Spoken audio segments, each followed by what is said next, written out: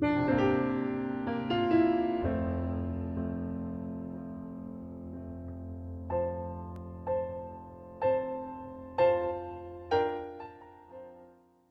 buenos días, bienvenidos a nuestro tiempo devocional Tu Palabra para encontrar el camino. Hoy es 21 de agosto del 2026 y vamos a continuar con la lectura de la Biblia en un año con el primer libro de Reyes capítulo 15, libro del profeta Jeremías capítulo 41 y el Evangelio según San Juan capítulo 6.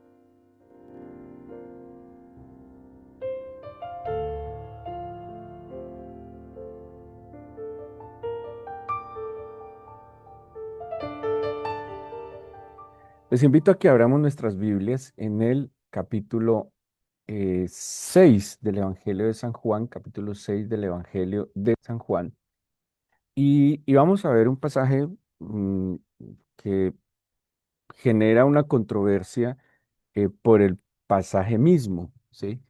Em, Porque el planteamiento que el Señor hace, o sea, hubo controversia en la misma circunstancia que nos narra la Biblia y obviamente tiempo posterior lo mismo. Y la controversia se genera en que el Señor va a confrontar el interés material que muestran las personas que le están siguiendo y lo que debería ser el verdadero interés de aquel que se acerca al Señor. Si bien el Señor no desconoce las necesidades que todos tenemos, insistentemente, y lo vemos en los evangelios, Él hablaba de que nuestra prioridad no debería ser esas necesidades materiales. Lo dice y pone de ejemplo las aves de los cielos, los lirios de los campos. Habla de que nosotros, al ser sus hijos, además de ser sus criaturas, pues el Señor tiene un especial cuidado de nosotros. Había una advertencia que hace el Señor y es lo que iba a afectar estos tiempos modernos. ¿Qué iba a afectar estos tiempos modernos? El afán, la ansiedad, la turbación, así lo menciona de hecho en varios pasajes. Este capítulo 6 tiene unos puntos bien importantes. Uno, un milagro, está en el marco de la fiesta de la Pascua, así lo dice el versículo 4. Estaba cerca la fiesta de la Pascua, estamos hablando de por allá, seguramente en los meses de marzo y abril, en el inicio de la primavera, o más bien, sí, en la primavera, donde estamos saliendo del invierno. La Pascua sabemos que es una de las tres principales fiestas judías que tiene que ver con la celebración de la salida del pueblo hebreo de la esclavitud de Egipto. Entonces está cerca la Pascua. La Pascua tiene unos símbolos muy importantes. La Pascua tiene dentro de sus símbolos, por ejemplo, el cordero que es inmolado. Tiene el pan, hay una cena pascual, una celebración donde juega un papel muy importante el pan, un pan no leudado, pues, que eso lo hemos estudiado en otros momentos. Otro elemento muy importante es el vino, que hace parte de la celebración de la cena pascual. Em, y, y se presenta, por lo menos hay dos narraciones en los evangelios sinópticos, y en todos los evangelios, mejor dicho, de dos momentos donde el Señor hizo este milagro de multiplicar alimentos. De hecho, se puede distinguir que son épocas diferentes. En uno había hierba verde, en otro había hierba seca. Eso de entrada nos está hablando que son dos eventos diferentes en épocas diferentes. Uno habla de 5.000, otro habla de 4.000. Entonces, por lo menos, cruzando la información de los evangelios, hubo dos milagros de multiplicación de alimentos. Esto es extraordinario, ¿sí? Porque ya que ocurriera una sola vez ya era algo apoteósico, alimentar miles de personas con unos pocos panes y peces. Em, y ahora hablemos de que mínimo ocurrió dos veces. Aquí el Señor entonces, en este milagro se ven panes de cebada que los panes de cebada eran más, era lo que comía la gente más pobre, el trigo era más costoso. Entonces, esto muestra, y aquí aparece un muchacho que trae panes de cebada, o sea, era gente muy humilde, muy necesitada. El Señor hace este milagro, conmueve a la gente, obviamente la gente hambrienta, enferma, vacía, en soledad, marginada también, porque bueno, había muchas dificultades en las personas que vivían en las provincias fuera de la capital, Jerusalén. Y el Señor hace este milagro que tuvo que haber impactado muchísimo. Además, los sacia, porque esto es algo muy importante. Se habla de que hubo saciedad, ¿sí? Que la gente quedó satisfecha por la alimentación. Bueno, tanto así que incluso sobró. Esto tiene una cantidad de símbolos extraordinarios. Sobran 12 cestas, particularmente eran 12 apóstoles. Como decían las abuelas, el que parte y reparte se lleva la mejor parte. Siempre el que sirve y el que sirve al Señor siempre tendrá esa fortuna de ser también bendecido por el Señor. Nosotros nunca servimos de balde. Luego viene una manifestación extraordinaria que es que el Señor camina sobre el mar, donde usa esta presentación impactante, yo soy. Acordémonos que es la manera como el Padre se le presenta a Moisés en el libro del Éxodo. Yo soy. Esta es una declaración y una manifestación directa de su deidad, que lo viene también enseñando sobre la unidad que tiene él con el Padre. Leímos algo ayer en el capítulo 5 en que ellos son una perfecta unidad y que tanto el Padre es Dios como el Hijo es Dios. Es un misterio que de verdad las palabras siempre se nos van a quedar cortas para tratar de dar una explicación lógica a esa idea del Padre, del Hijo y del Espíritu Santo. Pero es lo que dice, ¿sí? Tanto el Padre es Dios, el Hijo es Dios y ellos son una perfecta y armónica unidad. Pero luego viene una transición muy interesante donde les digo que entra un mensaje de mucha controversia, no solo por el mensaje, sino el hecho en sí. O sea, el hecho que nos narra Juan es controvertido. Hay digamos, de alguna manera, una confrontación entre el Señor y la gente que lo está siguiendo. Y quiero que leamos esta transición porque va a enmarcar lo que en lo que va a terminar el capítulo. Y dice el versículo 22, ojalá me pueda acompañar. El día siguiente, la gente que estaba al otro lado del mar vio que no había habido allí más que una sola barca y que Jesús no había entrado en ella con sus discípulos, sino que éstos se habían ido solos. Pero otras barcas habían arribado de Tiberias junto al lugar donde habían comido el pan después de haber dado gracias al Señor. Cuando vio pues la gente que Jesús no estaba allí, ni sus discípulos, entraron en las barcas y fueron a Cafarnaúm buscando a Jesús. Aquí la gente claramente pues encontró una solución, una respuesta y está buscando al Señor y ya vamos a ver va con qué interés, con qué intención, con qué propósito. Están inquietos, de hecho, obviamente, imagínense una sociedad donde tal vez no tenían los alimentos todos los días y aquí les dan más de lo normal, ¿sí? Al punto que quedaron saciados, entonces ellos diligentemente al otro día también van a buscar al Señor. No solo por su mensaje, sin duda alguna, el mensaje del Señor era impactante, el mensaje del Señor era contundente, pero además pues había salido la barriguita llena y esto pues para nadie era incómodo. Le hallaron al otro lado, dice el versículo 25, y le dijeron, Maestro, ¿cuándo llegaste aquí? Y él les contestó y les dijo, de cierto. Bueno, creo que no hemos hablado de esa fórmula muy común en los evangelios, particularmente en Mateo y en Juan. De cierto. Podría traducirse también en verdad, en verdad. Y ese de cierto, es una afirmación que no tiene duda alguna, ¿sí? O sea, decirlo de cierto ya está afirmando, confirmando algo, pero ese desierto es que esta vaina que viene es así y no tiene quiebre, ¿sí?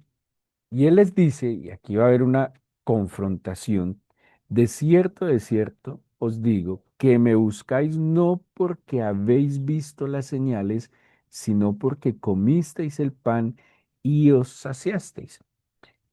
Todos tenemos intereses, ¿sí? Y los intereses se fundamentan en necesidades. Incluso a veces nosotros ayudamos, y voy a ser atrevido a decirlo, o el ser humano ayuda, muchas veces no necesariamente porque no le importe nada de sí, sino que a veces el ser humano ayuda porque necesita un reconocimiento, ¿sí? Bueno, las intenciones del corazón solo las puede conocer el Señor. De nosotros depende es cuidarlas. Tenemos que cuidar mucho la intención del corazón, porque el Señor no solo ve lo que hacemos, sino la intención, la motivación con la cual la hacemos y es la que tenemos que cuidar. Entonces el Señor los confronta y les dice, no, ustedes me están siguiendo porque han visto señales. Ojo, Juan, perdón, usa mucho este término, señales o signos, que es lo que otros hablarían de milagros como manifestaciones del poder sobrenatural del Señor. Y pues la idea de la manifestación del poder sobrenatural del Señor es que le reconocieran como Dios mismo. Eso era el propósito, porque un profeta más, un predicador más, no, la gente debía reconocer al ungido, al Mesías, al camino, verdad y vida, al Salvador, al Redentor. Y por eso estas señales eran manifestaciones y expresiones, pues de que Él era el que había de venir, el que había sido anunciado y el que esperaba. Y aquí les dice, trabajad no por la comida que perece, sino por la comida que a vida eterna permanece, la cual el Hijo del Hombre os dará, porque a éste señaló Dios el Padre. Mire, solo este versículo tendríamos mucho que reflexionar, porque en verdad nosotros, ¿por qué y para qué trabajamos? En verdad nosotros, ¿por qué y para qué nos esforzamos? En verdad, ¿para qué nos levantamos de mañana y vamos tarde a reposar, como dice la Biblia? ¿Para qué? ¿Sí? ¿Por quién? ¿Cuál es el propósito? ¿Cuál es el fin? ¿A qué le estamos apuntando? Y el Señor está advirtiendo y dice, no trabajen, o sea, trabajen, pero no por la comida que perece, sino por la comida que a vida eterna permanece. Y nosotros, por la motivación que sea, vivimos muy al día, a la inmediatez, a suplir la necesidad, no sé, el techo, el abrigo, el alimento, y muchas veces lo que creemos necesidad, porque no nos podemos negar que nuestro entorno y la sociedad nos ha creado una cantidad de necesidades que no son reales. A veces decimos necesito esto, pero si somos objetivos, más bien lo deseamos, más bien nos metieron esa necesidad, pero no que lo necesitemos. Una necesidad es algo, pues, digámoslo así, fundamental. Lo otro serían, no sé, deseos, anhelos, sueños, metas, propósitos, pero las necesidades son, pues, cosas que son fundamentales para mi vida. Y el Señor está advirtiendo es que nos desgastamos mucho en lo que no apunta a la vida eterna. Nos desgastamos mucho en lo que perece al fin y al cabo. Y el Señor también advirtió que nuestro corazón no podía estar en las cosas materiales, porque al fin y al cabo van a ser, son pasajeras, van a ser corroídas. Y Él habla de hacer tesoros en el cielo, en la vida eterna. Y hay que trabajar, sin duda alguna. Pero dice que todo lo que hagamos subordinémoslo a que todo esto trabaje para la vida eterna. Y ojo con esto que yo he meditado mucho esta semana, em, ante la necesidad que está viviendo algunas ciudades de Colombia. Seguramente hay muchos cristianos que, movidos a misericordia, están sirviendo y eso está muy bien, ¿sí? Está muy bien que llevemos un alimento, que recojamos algo, que traslademos materiales. Está muy bien, claro que sí, pero de vista no podemos perder algo esencial. Y es que como cristianos estamos llamados no solo a suplir esas necesidades materiales, sino las necesidades espirituales. Y les digo, yo le puedo dar un alimento a alguien y, digamos, proporcionarle el sustento de hoy y que viva hoy, pero mi deber como creyente es darle la eternidad, es presentarle al Señor como su Salvador, es darle la oportunidad de que se arrepienta de sus pecados. Ayer tú escuchaba una entrevista de una señora con su hija que lo perdió prácticamente todo, pero me parecía muy, de hecho ella contó que durante el terremoto ya estaba en la iglesia, ¿sí? Y me llamaba mucho la atención porque es que no son los bienes materiales nuestro fin y propósito, porque eso otra vez las circunstancias, la vida y la historia no lo corrobora, que eso se puede desvanecer en un instante, en un minuto y unos pocos segundos, lo que mucha gente construyó durante años se desvaneció. Es que no somos nada. ¿Y qué queda? ¿Sí? ¿Qué queda? Queda el que podamos confiar, el que sepamos que estamos en las manos del Señor y que nos vamos a levantar. Entonces la señora decía, bueno, sí, vamos a volver a empezar. Si el Señor permitió esto, es porque también pues vamos a volver a levantarnos y vamos a empezar. Entonces si ven que el fin de la vida no puede ser las cosas materiales, que el fin de la vida no puede ser simplemente trabajar por la comida, como está advirtiendo el Señor, que a la postre perece, ¿sí? Por el alimento que a la postre no va a permanecer, sino que trabajemos realmente por la vida eterna, porque las cosas están o no están. Es más, mire, usted puede trabajar y decir, el enfoque de mi vida, todo lo subordino a que mis hijos tengan un futuro garantizado. El dinero que usted puede acumular, ¿será que le va a garantizar el futuro a sus hijos? ¿Cuánto se puede perder el dinero? ¿Sí? Eh, pero ¿qué tanto nosotros estamos esforzándonos en garantizar la salvación de nuestros hijos?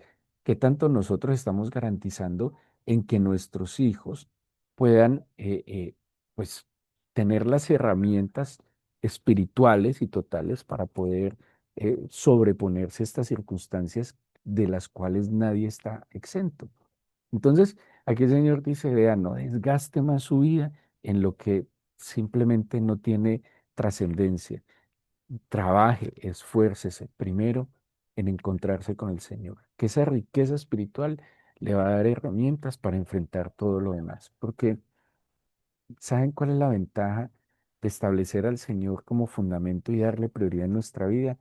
Que más allá de cualquier circunstancia favorable o desfavorable, Él es inmutable en nuestro corazón y nos va a dar una capacidad de mantenernos con sencillez y humildad ante lo favorable, pero también una capacidad de sobreponernos y volvernos a levantar ante lo desfavorable. En el mundo estamos, dice el Señor, y en el mundo tendremos aflicción. Entonces el Señor aquí está un poco confrontativo porque dice, no, yo les di pan porque claro, soy misericordioso y estoy llamado a suplirles la necesidad. Claro que lo debo hacer, pero es que este no es lo prioritario, esto es la añadidura. Y seguramente su corazón se pesa porque el deber ser era que le buscaran por la instrucción, por su palabra, por el mismo, por lo que podía hacer en cada corazón. Bueno, aquí empieza entonces, el tema se va agudizando un poco y en el versículo 28 dice, le dijeron, ¿qué debemos hacer para poner en práctica las obras de Dios? Había una inquietud real. Él les dijo, esta es la obra de Dios, que creáis en el que Él ha enviado. Le dijeron, ¿qué señal pues haces tú para que veamos y creamos qué obra haces? Entonces ellos mismos se meten en el tema, nuestros padres comieron el maná en el desierto, como está escrito, pan del cielo les dio a comer. Y el Señor les dijo, de cierto os digo, no os dio Moisés el pan del cielo, mas mi Padre os da el verdadero pan del cielo, porque el pan de Dios es aquel que descendió del cielo y da vida al mundo. Le dijeron, Señor, danos siempre este pan. Y él les dijo, yo soy el pan de vida, el que a mí viene nunca tendrá hambre, y el que a mí cree no tendrá sed jamás. La verdad, esta gente tenía una inquietud espiritual, sin duda alguna. La verdad, esta gente quería, ¿sí? anhelaba conocer al Señor. Tendría taras dificultades, pero había un anhelo en medio de su ignorancia para buscarlo. Esto va a ser de mucha confrontación porque se mete con el tema del maná. Ellos lo aducen como una gran señal que el Padre les dio a través de Moisés. Imagínense uno ver cada mañana que desciende algo que se lo pueda comer. Y eso tiene que ser una cosa, una señal inequívoca del poder, de la provisión, de la gracia divina. Entonces él les está diciendo, ellos dicen, esa fue la señal que nos dio el Padre. ¿Qué señal nos da? Y le dice, yo soy ese pan de vida, yo soy ese maná, yo soy la provisión del Padre, yo soy lo que en verdad va a dar vida. ¿Por qué? Porque aquellos que comieron el maná murieron en el desierto, ¿sí? Aquellos que comieron el maná, de todas maneras, terminaron y hasta se condenaron, porque acuérdense que vino un castigo, ellos no creyeron, bueno, eso nos habla mucho el libro de Hebreos, pero aquí nos está diciendo que Él es la provisión del Padre para vida eterna, ¿sí? Ellos obviamente no van a entender muy bien la analogía, van a cuestionar, porque les dice mi carne y mi sangre como pan y como vino. De nuevo, estamos en la fiesta de la Pascua, donde estos dos elementos son muy importantes y el Señor usa el milagro de los panes digamos, el contexto de la Pascua y la inquietud de ellos que están buscando un pan material, pero no han comprendido que la provisión del Padre es Jesucristo como pan de vida. Y quiero simplemente cerrar esto para que oremos con una expresión que dice que el que viene a Él no tendrá hambre y el que cree en Él no tendrá sed. De todo corazón, y creo que muchos de los que me escuchan lo pueden corroborar, cuando realmente yo vengo al Señor, cuando realmente depuro cualquier otro interés que tenga material, económico, cuando yo vengo realmente al Señor, Él no me va a dejar con las manos vacías. Él llena mis manos, Él sacia completamente la sed de mi alma, Él alimenta mi corazón y mi espíritu. Cuando yo realmente me despojo, ¿sí? Aún de la preocupación, del enojo, de los resentimientos, de las necesidades, y vengo a Él, puedo ser saciado de esa agua viva. Más adelante vamos a ver algo que habla de las aguas vivas.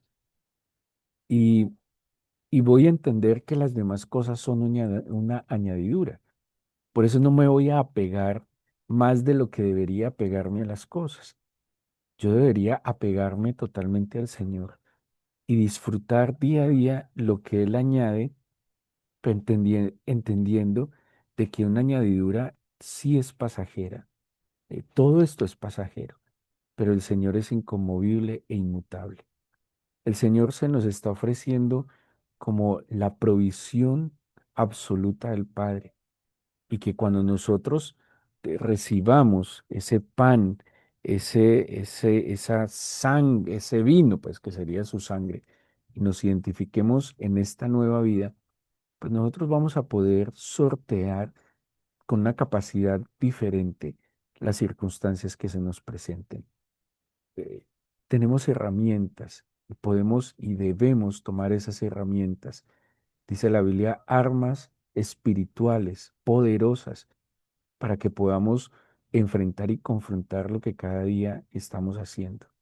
Pero sobre todas las cosas, que además de ser saciados, entendamos que estamos llamados a saciar a otros.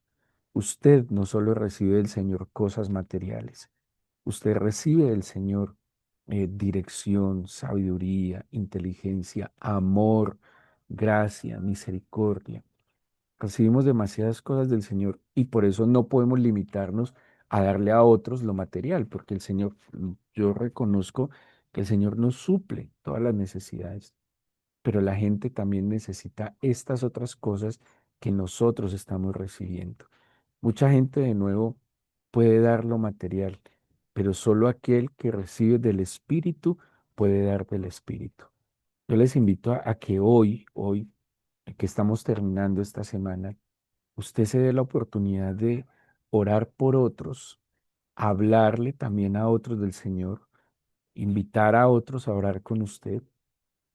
Dese la oportunidad y la oportunidad a otros de compartir el pan de vida que el Señor le ha dado, que así como ha compartido otras cosas, concédale esto exclusivo que el Señor le dio, su amor, su bondad, su misericordia, la cual hoy estamos disfrutando.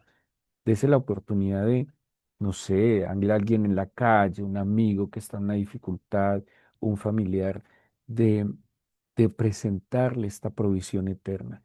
Porque estas cosas, de nuevo, están o no están, pero el Señor inmutable puede permanecer en nosotros y nosotros permanecer en Él. Yo le invito a que dirijamos nuestra oración agradeciéndole al Señor por esta semana que con esfuerzo, sin duda alguna, Señor, hemos intentado levantar cada uno altares delante de ti, porque necesitamos, Señor, tu presencia y tu presencia es tu espíritu, porque hemos batallado en nuestras propias fuerzas, pero ahora hemos tomado la decisión más sabia y es batallar en tus capacidades.